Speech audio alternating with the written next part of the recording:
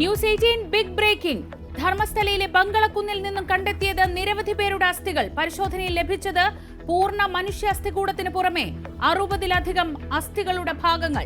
മൃതദേഹാവശിഷ്ടങ്ങൾ ബംഗളൂരുവിലെ ഫോറൻസിക് ലാബിൽ പരിശോധിക്കും. ധർമ്മസ്ഥലയിൽ ഇന്നും പരിശോധന.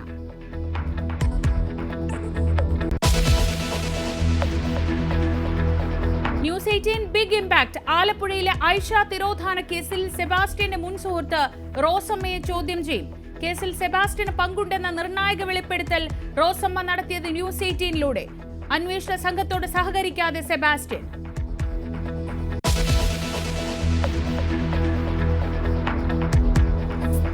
സിനിമാ മേഖലയിൽ തലങ്ങും വിലങ്ങും തർക്കങ്ങൾ. മെമ്മറി കാർഡ് വിവാദം, തെരഞ്ഞെടുപ്പ് തന്ത്രമെന്ന് മാല പാർവതി. കാർഡ് ആവശ്യപ്പെട്ട ഒരു വിഭാഗം നടിമാർ കോടതിയിലേക്ക്. പ്രൊഡ്യൂസേഴ്സ് അസോസിയേഷൻ തെരഞ്ഞെടുപ്പിൽ പത്രിക തള്ളിയതിനെതിരെ സാന്ദ്ര തോമസും കോടതിയിൽ.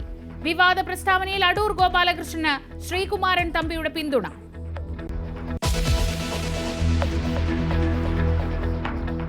NDA പാർലമെന്ററി പാർട്ടി യോഗത്തിൽ പ്രതിപക്ഷത്തെ കടന്നാക്രമിച്ച നരേന്ദ്രമോദി. ഓപ്പറേഷൻ സിന്ദൂറിൽ ചർച്ച ആവശ്യപ്പെട്ടത് സ്വന്തം കാലിന് പരിക്കേൽപ്പിച്ച പോലെയെന്ന് മോദി.